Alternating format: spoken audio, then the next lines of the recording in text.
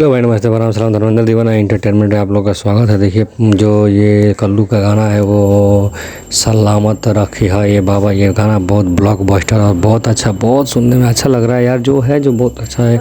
आप लोग जाइए और इस गाना का भी आप लोग दुलार प्यार दीजिए। पवन खेसारी को भी आप लोग दुलार प्यार देते हैं तो थोड़ा कल्लू का भी ध्यान दीजिए। आप लोग दो आदमी को सिवा आप लोग नहीं देखते हैं कोई किसी और को, तो ठीक है, इन लोग को भी मिला कर चलना चाहिए आगे के भविष्य के लिए। ठीक है, तो आप लोग जाइए, इन लोग को भी गाना सुनिए। इन लोग का गाना पर थोड़ा व्यूज कम आ रहा है, आप लोग जाइए, आप लोग सब लोग इन कल्लू का गाना और जो है लोग, उन लोगों को भी आप लोग सुनिए, दुलार प्यार बनाइए। अपना छोटा भाई के चैनल के सब्सक्राइब और शेयर यार, पूरा वीडियो वॉच कीजिए आप लोग यार।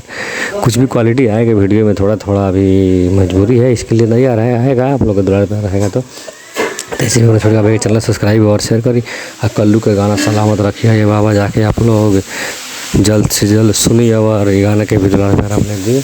ठीक है, जय हो कल्लू। कल्लू का गाना ये बहुत ब्लास्ट है। जय शिव शंभू, जय भोलेनाथ। आप लोग का दया रहेगा तो